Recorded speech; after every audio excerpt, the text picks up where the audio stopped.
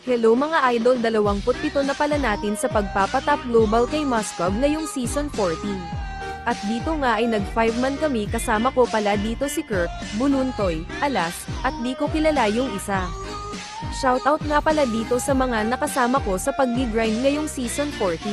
At dito nga sa first game namin medyo nahirapan kami, pero magugulat kayo mamaya sa gagawin ng tank namin.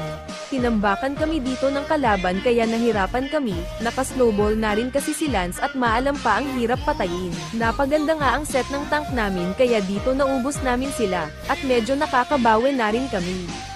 Gusto na nga tapusin ng kalaban dito ang laro pero hindi nila kaya dito manguhuli ulit sila ng tank namin.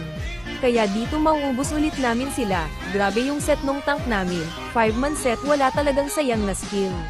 Nag-set nga ulit yung tank namin, akala ko mauubos ulit namin sila.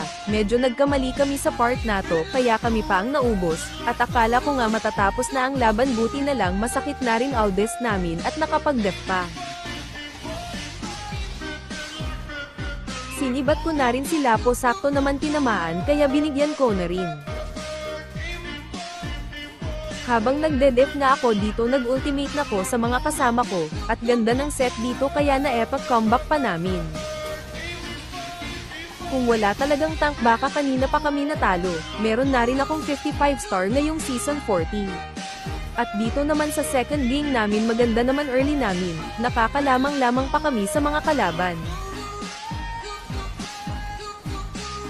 Bigla nga ako nagulat dito, pinag-apatan ba naman ako at sa likod pa talaga dumaan tong Shichi. Mapapasabi ka talaga ng isa-isa lang. Dito nga ay nagpapahabol pa talaga tong si Hayabusa, akala niya siguro hindi ko siya aabutan. Sumibat na nga rin ako dito, bahala na kung sino tamaan, at sakto naman tinamaan si Hayabusa kaya bibigyan ko na, makakatakas pa nga sana, buti na lang may tae ni Selena. Naubos nga mga kasama ko kaya dito nag-aalangan pa ako pumasok, nabigyan ko naman nila kaya lang nabigyan din tayo. Pagbalik ko nga dito tumulong na rin ako dito sa kasama ko Muka, kasing nahihirapan dito kay Thomas. Sesegway nga ako dito habang naglo-lord ang mga kalaban, wala rin kasi akong ultimate kaya hindi ako makaka-respo, malayo rin kasi ako. At sa kabutihang palad nakuha pa ng mga kasama ko ang lord. Pumasing nga mga kalaban dito, ayaw ata nila mag-def, kaya dito mabibigyan namin sila.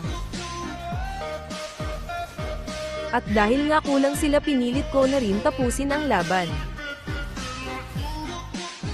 Shoutout nga pala sa mga nakasama ko, nice game mga idol.